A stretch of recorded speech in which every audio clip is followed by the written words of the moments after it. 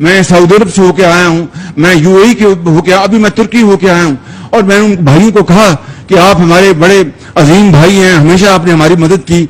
और मैंने यही कहा, जब मैं आया हूं तो आप समझेंगे शायद ये मांगने आया है, मैं मांगने नहीं आया, लेकिन मजबूरी है हमारा। जिस तरह माजी में 75 साल में आपने हमारा हाथ बटाया है, कुछ ऐसा आप हाथ बटा दें। तो मैंने कहा मैं वादा करता हूं कि इंशाअल्लाह हम पूरी कौम हम मिलकर दिन रात मेहनत करेंगे, पसीना गराएंगे, अपने पांव पे खड़े होंगे, इंशाअल्लाह जरूर खड़े होंगे इंशाअल्लाह। 2-2.5 साल चोर डाकू चोर डाकू चोर डाकू चोर डाकू, मैं लफ्ज इस्तेमाल करना भी मैं इंसानियत की हद तक समझता हूं। मैं ये जरूर कहूंगा कि आप अपने गरेबान में झांकें, अपने पंजाबी में कहते हैं अपने मंजी थले आप अपना झाड़ू दें। क्या कहते हैं मंजी थले की डांग, मंजी थले डांग दें, मंजी थले डांग दें, डांग फेरे, sorry Manji, I am sorry, मैं माफी, मंजी थले डांग फेरे नहीं, मैं जानना चाह रहा हूं। आप ये प्रेस कॉन्फ्रेंस है, आप क्या कर रहे हैं आप यार? ये मुकाफत अमल है। हम दिवालिया होते होते बच गए, दिवालिया होने से बच गए। हुकूमत ने कर दिखाया। अगर मैं ये कह रही हूँ तो सही कह रही हूँ कि हुकूमत ने कर दिखाया।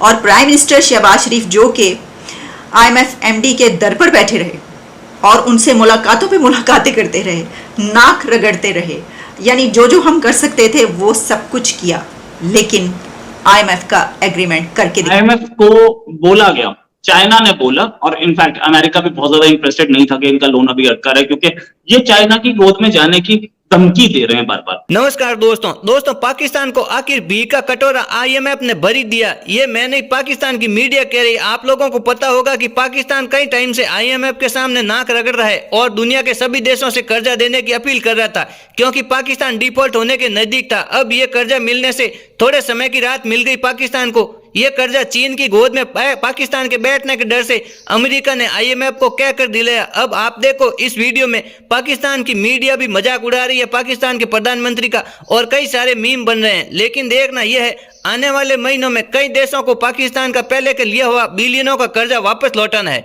और ये पैसा तो ऊंट के मुंह में जीरे जितना है पाकिस्तान के लिए। तो आगे आगे देखते हैं कैसे पाकिस्तान उन देशों को कर्जा वापस देता है, और जो पाकिस्तानी जनता अपने देश में महंगाई से लड़ रही है उससे कैसे निजात दिलाएंगे पाकिस्तान के प्रधानमंत्री। कि अब हमारे पास जी पैसा ही पैसा होगा, और कुछ इस तरह का हाल होगा जैसे ये मदरसे वाले हैं जिनके पास आप देख रहे हैं किस तरह से इनका डोनेशन जमा हुआ हुआ है। उसी तरह से जब IMF के पैसे आएंगे तो फिर पाकिस्तान में भी कुछ टाइम के लिए जो है अच्छा वक्त जिसे कहते हैं कि आ जाएगा। लेकिन किन लोगों का वो भी आप जानते हैं, वो हरगिज आम पब्लिक का नहीं होगा। शहबाज शरीफ साहब के लिए जी कल रात से जो है वो हमारे टीवी चैनल धड़ाधड़ लगे हुए हैं कि जी शहबाज शरीफ साहब की वजह से जो है IMF का लोन या IMF की जो एग्रीमेंट कब से लगा हुआ था कि जी कब कंप्लीट होगा, वो कंप्लीट हुआ है, और सारा क्रेडिट बार बार शहबाज शरीफ साहब को दिया जा रहा है।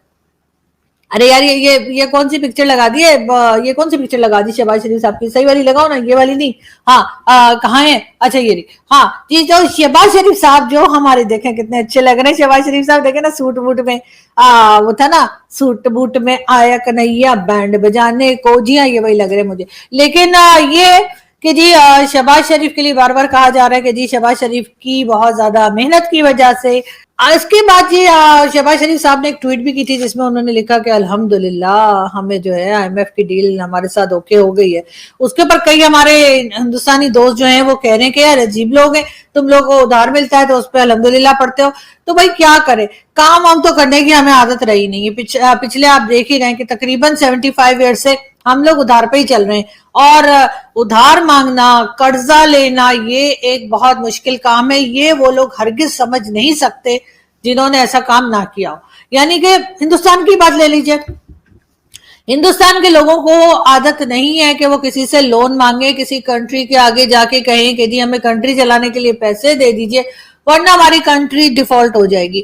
इस किस्म की आदतें हिंदुस्तानियों को नहीं है। उनकी गवर्नमेंट जो है वो पता नहीं, मुझे समझ नहीं आती कि किस तरह से मुल्क को चलाते हैं कि कभी किसी से लोन नहीं मांगते। मगर ये जरूर है कि जब हम लोग लोन मांगते हैं और हम लोग उसमें कर्जा लेने में कामयाब भी हो जाते हैं तो हमारे हिंदुस्तानी दोस्त जो है वो हमारा बड़ा मजाक बनाते हैं कि लो जी तुम लोगों को तो फिर दोबारा कर्जा मिल गया, और तुम लोग तो हर एक कोई जो है वो ट्वीट भी लगा रहा है और हर कोई यकीनन अब वीडियो भी कर रहे होंगे बैठकर। लेकिन बात सारी ये है कि जी ये सबसे मुश्किल काम है। मैंने हमेशा कहा है कि किसी की जेब से पैसा निकालना सबसे मुश्किल काम होता है, और वो काम अल्हम्दुलिल्लाह हम लोग बहुत अच्छे से कर लेते हैं। ये काम हर एक के बस का नहीं है कि आप जाकर इतने रोने रोइए, कभी कहिए कि जी हमारा मुल्क डिफॉल्ट कर रहा है, कभी कहिए हमारे मुल्क में कोविड आ गया, कभी कहिए जलजला आ गया, कभी कहिए बारिश हो गई, कभी फ्लड आ गया। इस किस्म की कहानियां सुना कर जो है वो हर बार पैसे निकलवा लेना, ये कोई जिसे कहते हैं कि आसान काम नहीं है, जो आप लोग समझते हैं कि कोई टेंशन ही नहीं है। इस पे बहुत ज्यादा ढोल बजाने की जरूरत नहीं है। गवर्नमेंट को चाहिए कि इसके ऊपर काम करे और जो पैसा मिला है और जिस काम के लिए वो पैसा मिला है उसको वहीं पर लगाए। वैसे तो IMF को खुद भी मॉनिटर करना चाहिए कि ऐसा ना हो कि एक बार फिर ये पैसा IMF का यहाँ आए और यहाँ से दोबारा अमेरिका पहुंच जाए, या कनाडा या UK या दुबई, और वहां पे जैसे मैं हमेशा कहती हूँ कॉर्नर के प्लॉट और फ्लैट और क्या क्या चीजें जो ले ली जाती हैं उसी में ना। कि मैंने ये कहा कि जिस तरीके से हमने देखा है शहबाज शरीफ साहब को वहाँ पे, उन्होंने खुद भी कहा नाक रगड़ते और उनसे मांगते, बल्कि एक और बात उन्होंने कही और वो उन्होंने ये कहा है कि चेहरा देखते ही वो ये सोचने लगते थे कि फिर आ गया पैसे मांगने के लिए। अब जब एक बंदा जो कि PM है वो खुद ये कह रहा है कि मतलब जब वो जाते थे वहाँ पर किसी हेड ऑफ द स्टेट, जो हमने देखा कि पिछले कुछ दिनों में तो उन्होंने जो भी ऐसी मीटिंग नजर आई वो भागते हुए चले गए। इसकी वजह कि वहाँ पे उन्हें पता था कि कोई ना कोई मिलेगा, हाथ मिलाते हुए उनसे हम ये भी बात कर लेंगे सर क्या करें, बस दिवालिया होने के करीब पहुँच चुके हैं, आप बचा सकते हैं माई बाप। तो ऐसा ही हुआ और बचा लिया क्या। तो आप सोचें कि एक बंदा जब जा रहा है किसी मुल्क का वजीर आज़म, और वो दिल में ही सोच रहा है कि मैं अब जैसे ये सामने जाऊंगा तो उनको पहले से ही पता होगा कि ये मांगने आ गया। ये उन्होंने ये कहा, ये बात चेहरा देखते ही वो ये सोचने लगते थे। तो उनकी अपनी क्या हालत होती होगी। इस सिचुएशन में वजीर आज़म होना वाकई कोई आसान काम नहीं है, लेकिन फिर भी कुर्सी तो कुर्सी है। अच्छा, जो मैंने आपको ये कहा कि मुझे ये समझ में नहीं आ रही कि मैं इसका क्रेडिट किसको दूँ, तो मैंने ही तो दे दिया जिसमें, और इसहाक डार ने भी बेइंतहा मेहनत की। भाई देखिए बात ये है कि कर लिया, आखिरी डेट को ये तारीख खत्म होने से पहले कर लिया, यही बड़ी बात है। जो प्राइम मिनिस्टर ने कही ये बात, उसको जो हम लेकर चलते हैं तो प्राइम मिनिस्टर साहब हमारे ये फरमा रहे हैं कि चाइना ने पाकिस्तान को डिफॉल्ट होने से बचाया।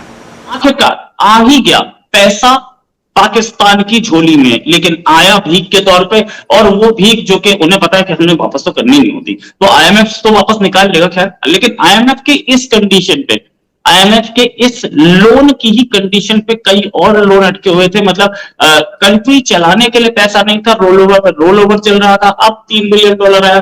3 बिलियन से इकोनॉमी सुधरने वाली नहीं है, ये बात सही है, लेकिन 3 बिलियन से होगा क्या कि जो दूसरे सऊदी और चाइना और दूसरे कंट्रीज के लोन अटके हुए थे अब वो पूरे करेंगे, और कहीं किटी 20-20 बिलियन के आसपास जाके अटकनी चाहिए। पैसा आ जाएगा रनिंग करने के लिए। ये पैसा आया चाइना की बदौलत, ऐसा बोला शहबाज शरीफ।